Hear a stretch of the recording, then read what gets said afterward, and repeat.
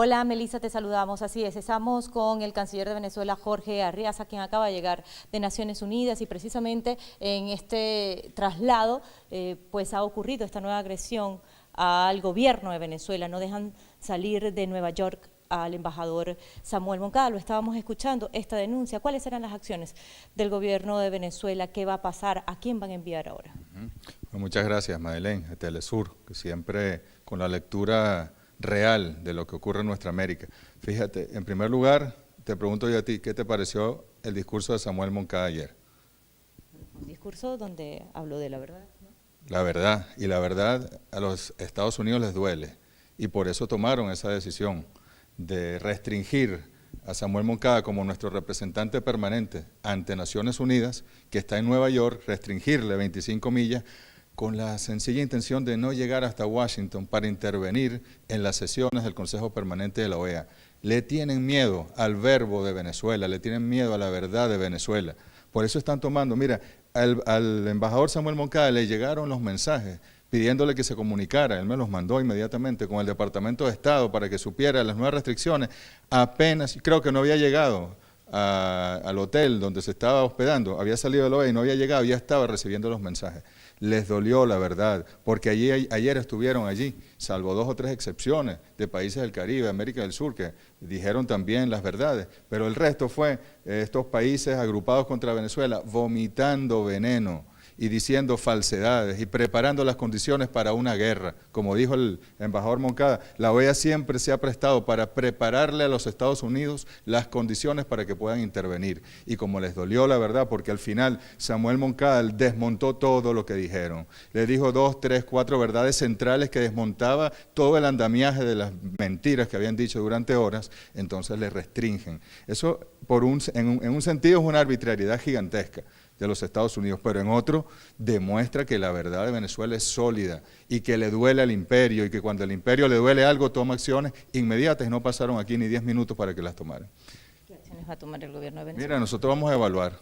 Nosotros no podemos silenciar la voz de Venezuela en la Organización de Estados Americanos hasta el 27 de abril, que es el día que nos vamos. Nadie nos saca, nadie nos expulsa de la OEA, nadie nos suspende en la OEA. Nosotros decidimos irnos el 27 de abril de 2017, una decisión del presidente Nicolás Maduro oportuna, pertinente. Y el tratado, la Carta de la OEA, nos obliga a nosotros como Estado a permanecer 2 años cumpliendo con las funciones regularmente. Hasta que ese límite se cumpla, ya podemos considerarnos fuera de esa organización que lamentablemente ha sido secuestrada de nuevo.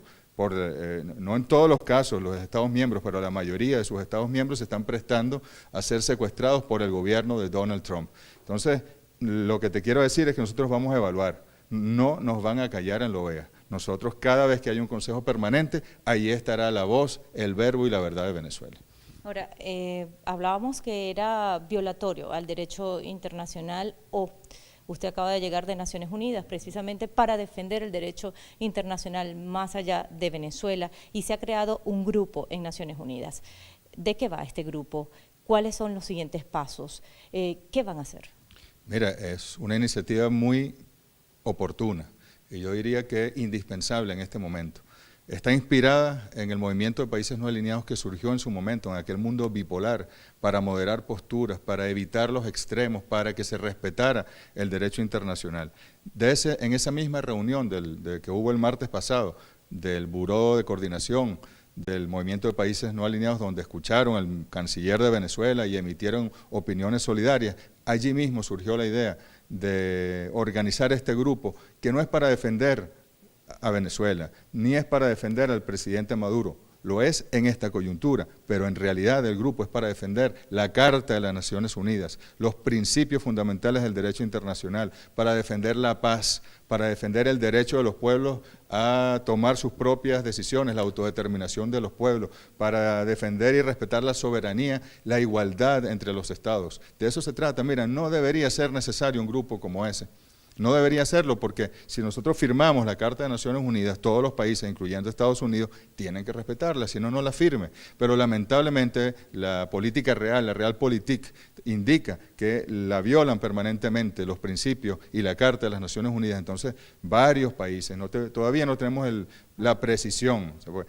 Surgió entre 20 y 25 países la idea, pero se han ido sumando nuevos actores a este grupo, que la semana que viene de nuevo nos reuniremos en Nueva York. Y estos países, no fue iniciativa de Venezuela, debo decirlo, con honor a la verdad, fue iniciativa de un grupo de países que lo recomendaron en esa reunión del movimiento de países no alineados e inmediatamente surgió en colectivo. Es hermosísimo, ¿verdad? Yo me siento muy feliz de que haya esta reacción, porque cuando el unilateralismo, el hegemonismo de Estados Unidos pretende destrozar el derecho internacional desconociéndolo, cuando pretenden convocar guerras, provocar guerras, como en el caso venezolano, es allí donde el multilateralismo, la solidaridad y el derecho internacional deben expresarse para parar a la bestia, para detener a la bestia y que no ocurra lo peor.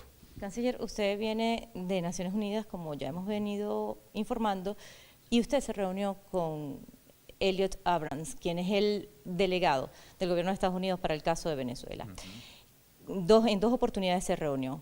Esto forma parte del diálogo que tanto ha llamado Venezuela. ¿Qué se acordó? ¿Qué dijeron? Surgieron muchísimas expectativas. Y esto ocurre al mismo tiempo que Estados Unidos está enviando un avión con ayuda humanitaria a Cúcuta, porque sigue insistiendo que debe entrar.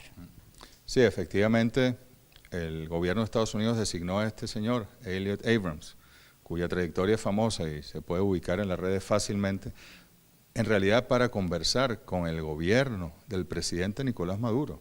Y efectivamente hemos hecho 2 reuniones, de las cuales yo no te puedo dar detalles porque debo respetar la confidencialidad de las mismas, pero han sido reuniones donde nos hemos escuchado, donde ambas partes, él ha estado acompañado de la subsecretaria de Estado, la señora Kimberly Bayer, y ambos países nos hemos escuchado, ha habido momentos de tensión, hay diferencias profundas, pero al mismo tiempo hay preocupaciones compartidas y ojalá podamos nosotros ir construyendo en este diálogo que, hemos de decirlo, lo propuso el Departamento de Estado.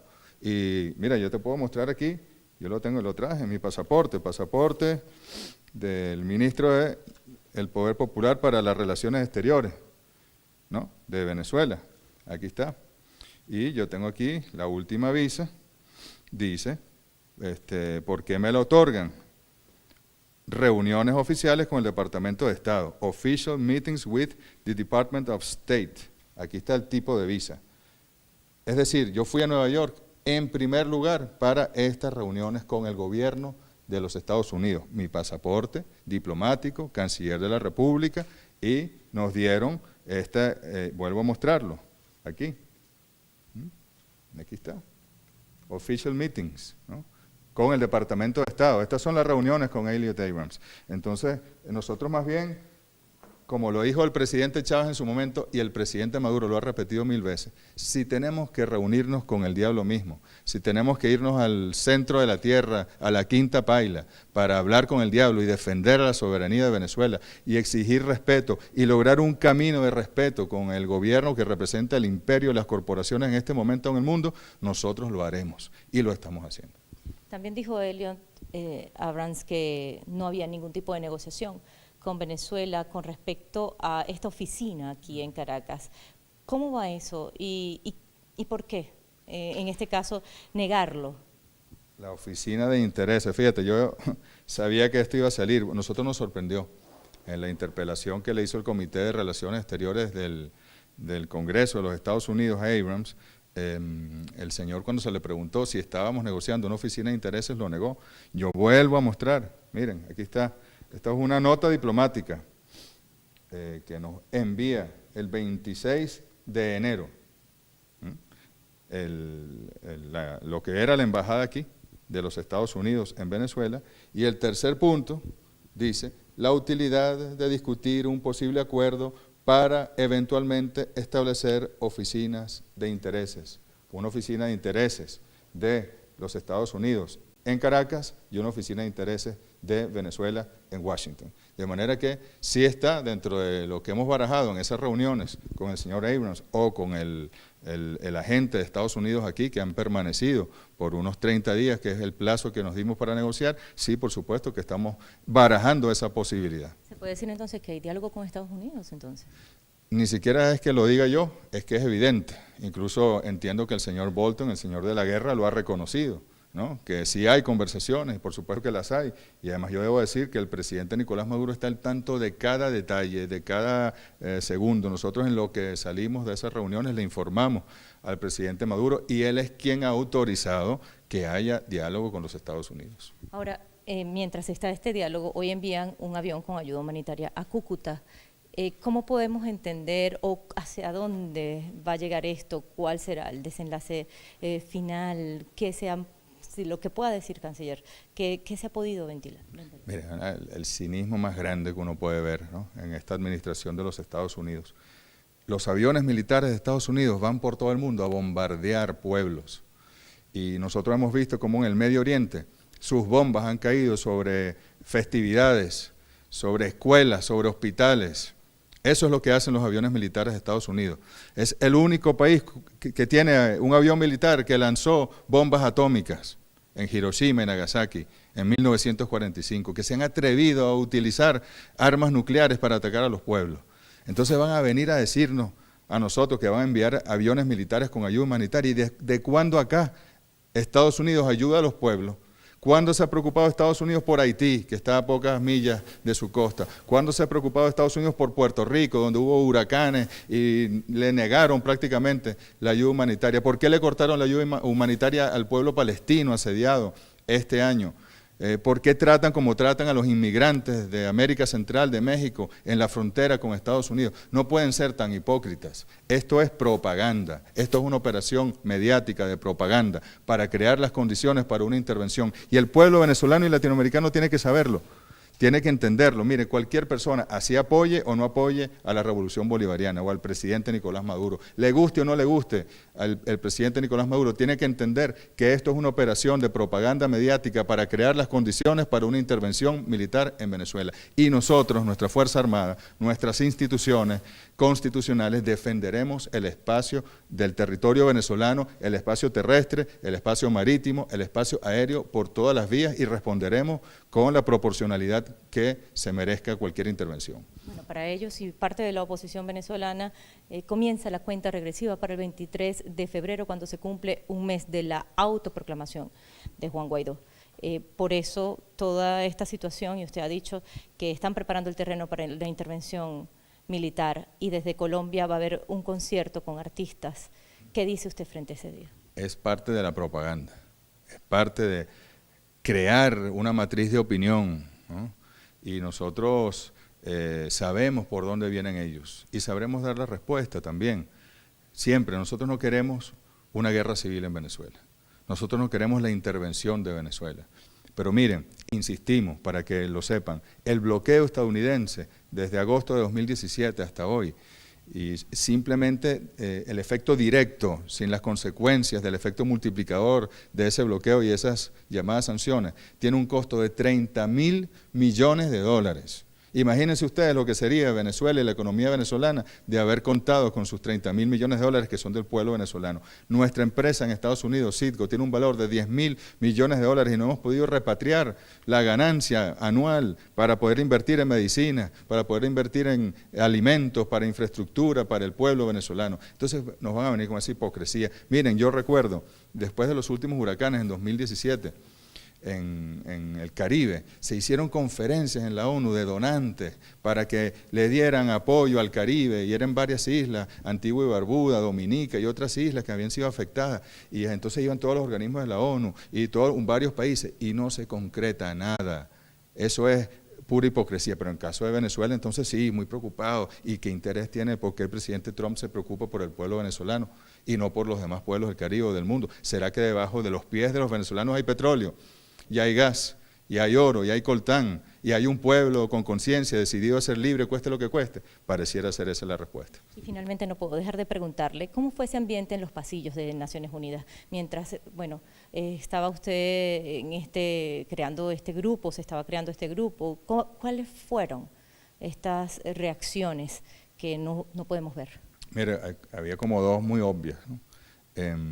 Una de solidaridad, que te los cruzaba, o teníamos reuniones bilaterales, que hicimos muchas, o de grupos como el Movimiento de Países No Alineados, o con los embajadores del ALBA y otros embajadores, mucha solidaridad, nos decían aliento, fuerza, ánimo, sigan adelante, no se dejen derrotar, sigan con mucha fuerza, la ley está de su lado, la razón está de su lado, la historia está de su lado.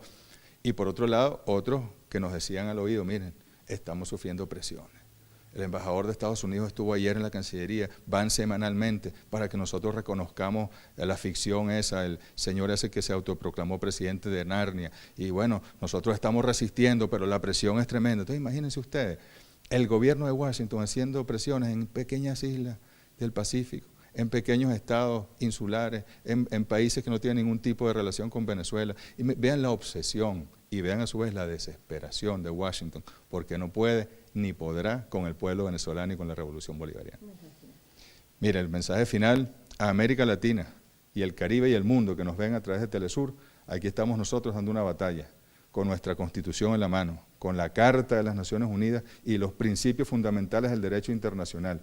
Nosotros queremos, y el presidente Maduro ha insistido, cualquier tipo de situación institucional en Venezuela, que hay un poder en conflicto con el resto de los poderes, eso es todo lo que está ocurriendo en Venezuela, será resuelta por la vía del diálogo. Apoyamos el mecanismo de Montevideo para el diálogo. Estamos estableciendo diálogo con los Estados Unidos. Nosotros no somos guerreristas, nosotros queremos la paz y lograremos la paz y defenderemos la paz por todas las vías. Pero sepan los pueblos del mundo que si Venezuela es atacada, si Venezuela es intervenida militarmente, aquí hay un pueblo, aquí hay bastante pueblo, como decía el comandante Chávez, y mucho más. Y tenemos la conciencia y tenemos la fuerza y la energía para defender cada milímetro de la patria venezolana. Gracias, canciller Jorge Arreaza. Bueno, diálogo, Melissa, y defensa del derecho internacional. Nosotros con esto retornamos al pase contigo.